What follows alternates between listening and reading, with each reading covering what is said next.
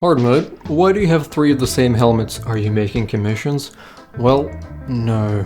Here's the thing, all these helmets were made for me, except I had a little bit of an oopsie. And the oopsie is that, well, I screwed up with the sizing. Here's the story. So in 2022, I had an idea of, well, making a Lord Starkiller cosplay. Now, at the time, I've only really worked with EVA foam. And my first EVA foam project was this Boba Fett, and after that I wanted to move on into 3D printing because I found somebody who can do it for me. Now, as you can see, I have the finished version of Starkiller right over here, and he's pretty beautiful. The problem is that I had issues with the helmet. Usually how it works for me is that downscaling any 3D print from 100% to 95% makes a pretty good fit for me. I did that with my Helldiver and I did it with the torso piece here. However, for whatever reason, it didn't turn out so great with the helmet. Now, usually how it goes with these things is that you start with the helmet first. Everybody starts with the helmet. It's kind of like a tradition in cosplay. If you have a costume that includes a helmet, you start with the helmet because it's the most interesting part usually. And that's what I did.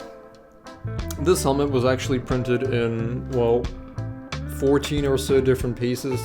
It's all held together by super glue.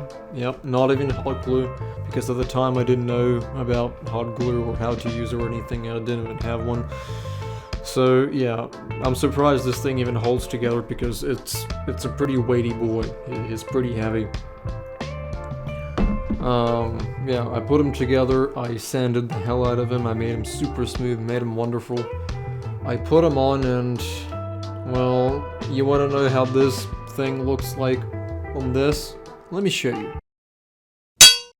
Yep. If this doesn't look like a Funko Pop to you, I don't know what does. Anyways, as you can see, it's way too big and I had to, well, make another version. So I did some googling on how to scale helmets properly and I found some videos recommending to make something like this. What is this? What are these little circly things here? These are horizontal slices of a helmet. So for example, this piece is from this bad boy. And what you do is you can kind of scale it to see how well it can fit your head. And so I did that. I made 3 prints to see which one fits the best. And I decided to go with the metal option and I made yet another print. So how did this happen? Well, usually these things work pretty well. The problem is that this helmet design has really weird geometry. As in it just kind of caves in suddenly. Yeah, so you can tell that this helmet was designed for a video game and it was never meant to be actually worn by an actual person because again, the proportions on this thing are really, really tight. Don't know what I'm gonna do with this. I'll probably make a piggy bank out of it. I'll probably seal this bottom half and I'll make a hole here to throw coins in. I don't know, it's just kind of sitting here with nothing better else to do. So what I did is I decided to add a few more percentages to this helmet and I've ended with my final result of this.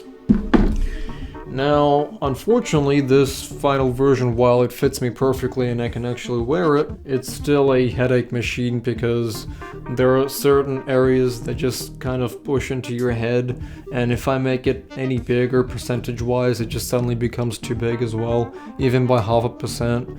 And this helmet is meant to be really form-fitting, because if you make it any bigger, it'll look off. If you make it too small, well, it won't fit, so I just kind of added a few percentages and just hoped it would fit me, and it did. Luckily it did. I have a pretty thin head, so I figured it might as well work. There is another issue with this helmet, is that it didn't turn out as great as this one did in terms of quality. And by that I mean, while the paint job on it is pretty good and the detailing is amazing, it's not as smooth as this one.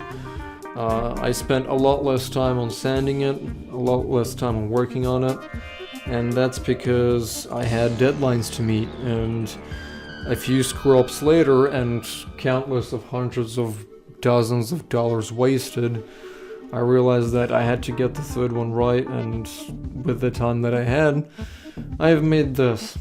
The third issue, aside from it being not as smooth and not as perfect as this one, is that I had limited time to make it, and part of it was that I do all of my paints outside. I use spray paint to paint my helmets, as I don't use airbrushing, and using spray paints at lower than 10 degrees Celsius causes some issues.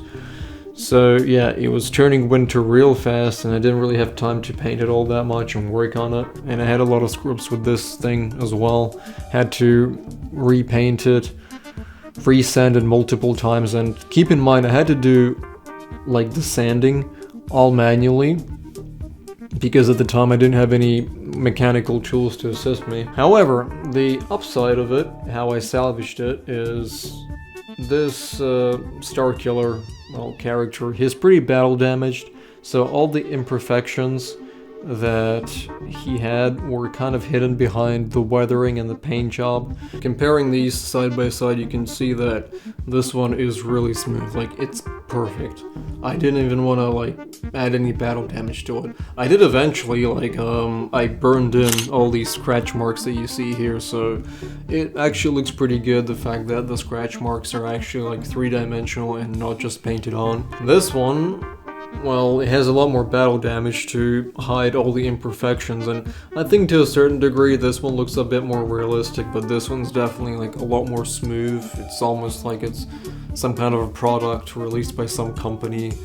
By the way, like I don't think any company released helmets based on Starkiller. I know that Hasbro releases helmets occasionally for Star Wars, but I don't think they ever made a Starkiller one.